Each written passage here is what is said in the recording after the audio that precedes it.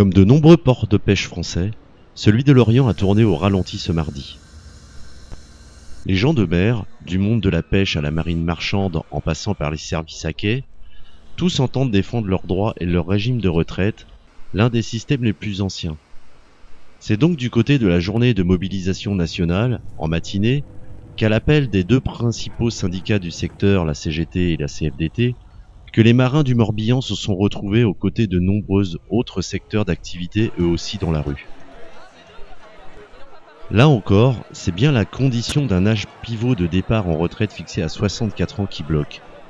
Tous sont unanimes. En travaillant en moyenne 84 heures par semaine, embarquer jusqu'à 64 ans est purement et simplement inenvisageable.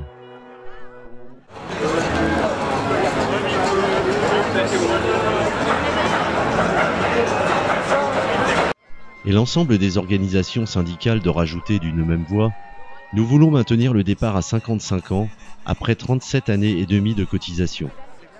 En France, ce sont 37 000 personnes qui se sont assujetties, hors retraités, au régime ENIM, établissement public qui gère le régime spécial de sécurité sociale des gens de mer.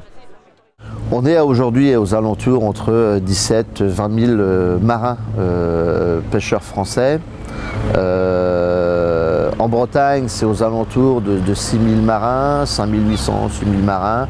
On est sur à peu près 1 300 navires en moyenne en Bretagne, sur toutes les mers du monde évidemment. Et très clairement, la pêche bretonne pèse au niveau national, ce qui est normal, mais la pêche bretonne ne peut se porter très bien qu'à partir du moment où aussi les autres régions de France qui ont de la pêche se portent eux aussi bien, parce que l'un ne va pas sans l'autre. Aujourd'hui, ce que l'on peut...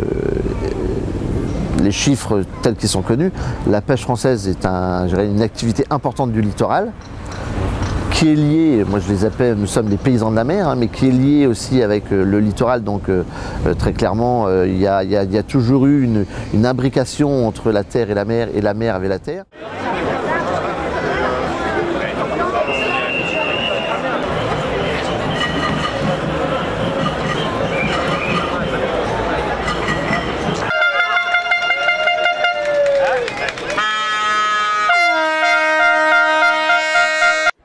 Et si la profession est peu bavarde, elle est toujours encline à l'action. Démarré aujourd'hui, le mouvement national touchera tous les ports jusqu'au 19, date à laquelle les organisations syndicales seront une nouvelle fois reçues à Paris.